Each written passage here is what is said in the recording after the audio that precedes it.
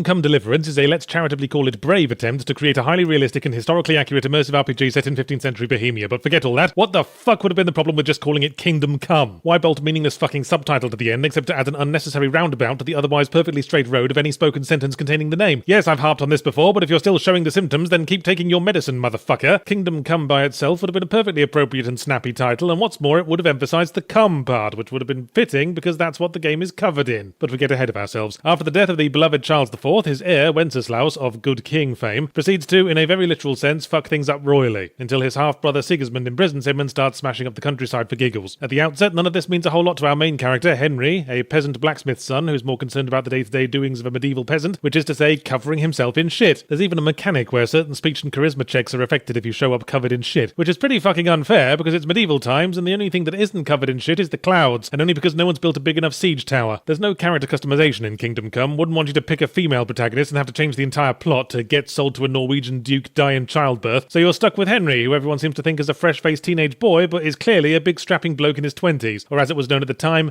middle-aged. Soon enough, his village and parents get smashed up for giggles, and he must venture into the world, and this is where the whole Deliverance subtitle becomes relevant, because Henry's last job before shit went cloudwards was to deliver a sword to the local bigwig, and the first 20-odd hours of the main plot revolve around his struggle to recover the sword so he can finish delivering it. And everyone seems to realise how fucking stupid he's being about this. Even the bigwig in question flat out says to him, "Dude, I've got swords. I own a fucking castle. I could eat a sword a day from now till Michaelmas and never run dry. Chill the fuck out." But no, honour is on the line, and Henry is channeling the spirit of every pizza boy to fall foul of the get it in 30 minutes or it's free policy. So we're in a Witchery, Skyrim-y sort of immersive RPG area, the kind where it's way too easy to make tons and tons of money, because every time you kill someone you can nick everything they have, right down to their jock straps and tampons, and run to a pawn shop, or rather waddle to a pawn shop holding your trousers up because we're overburdened again. There are a lot of things to admire in Kingdom Come in my pants. It is nice to see a game actually trying to teach us something about real history, since Assassin's Creed dropped its in-game encyclopedias to focus more on charging 20 extra bucks for the gold-plated super historical edition, and the commitment to realism is certainly very earnest, going so far as to factor in what you're wearing and holding and how clean you are when you're talking to people. It was always a little jarring in Dragon Age when you were gamely snarking with NPCs while visibly drenched in about 3 pints of their former acquaintances, but I'm saying all these nice things so that I can get to the main gut punch of this review, which is that the combat is fucking terrible. I'd think of some clever, wordier way of putting that, but honestly I can't convey my feelings any better than by just saying that again in a weary, emphatic tone of voice. Fucking terrible. It's doing a sort of For Honor angle of attack-based stamina management thing, but makes the age-old mistake of trying to incorporate the controls that are normally for controlling the camera. So with either the mouse or right analog stick, we're supposed to rotate our sword to one of 5 possible angles, an inexact science in itself, but every now and again the game spaces out and forgets it's using the camera controls for something else now. Okay, I guess you want to look over to the right instead of changing your sword angle. I mean, it's not like there's a jaunty fellow shuffling back and forth like a lemur on a unicycle who's about to stick his polearm down your ear, and then after you pick your angle and press the button to slash your sword, about half an hour of camera jiggling passes and then the slash happens. This is where a third-person camera might be helpful, because I'd really like to know what the fuck Henry is doing all the time he's not slashing his fucking sword while I'm fucking telling him to. Reading the instruction manual? What makes it worse is that as you get hit, you lose maximum stamina as well as health. Realistic, I'll grant you. I'd probably be less up for this morning's CrossFit after a hairy European has split my nose in half, but it means that if you start losing, you'll almost certainly keep losing. And none of this would be so bad if it weren't for, and get your zoot suits on, because this is a fucking retro pisser, the limited save system. Yes, saving the game requires a limited item, because clearly anyone who has to step out for an urgent appointment or funeral isn't showing enough commitment for the game's liking. See, this is why backwards compatibility is important, because without the context of history, we forget that all the stupid fucking ideas were stupid fucking ideas. All this is doing is making me lose 3 hours of progress because I got caught off guard by a random combat encounter on the road with 2 guys, and they've got a bunch of lucky shots in while I was still fumbling to get out my weapon that handles like a depleted uranium ironing board. Oh, but yeah, surely it's an immersive RPG. Why don't you just play as a non-direct combat-focused character? Oh, right, you mean like an archer, when your aim wobbles like a meth addict in a crystal cavern and there's no targeting reticle, so you'd have better luck sticking your arrows up a cat's arse and making it fart them out. But I take your point and managed to get pretty far into the game, avoiding conflict mainly by winning speech checks or stealthing up and getting a few crafty slashes in before they can react. But then I reached a point where I was supposed to join a big raid on a bandit camp with 20 other lads, which took 6 or 7 tries because victory was hinging on all my NPC helpers pulling their weight, and that was like expecting a team of sled dogs to help with your maths homework. But finally we managed to breach the inner camp, and Henry decides he's going to fight the bandit leader by himself in a fucking Thunderdome. And then I had to give up on the whole game because I could barely get one hit in before he wiped the fucking floor with me. Fuck realism. The realistic approach would have been to let me lure him out of the fucking Thunderdome and get my 16 heavily armed mates to pass him around for sweaty cock slaps. But no, fuck player choice, fuck your build, it's standard boss fights or into the bin with you. So bollocks to Kingdom Come, but I reserve the biggest and most suffocating bollocks for those twats I saw on the Steam discussion forums praising its obnoxious qualities and asking the devs not to change the save system, because if they did, then plebs might get into it. Fuck you, toffee-nosed PC Master Race shitheads. I wish I'd named you something else now, like the PC Gaming Dick Slurp All-Stars.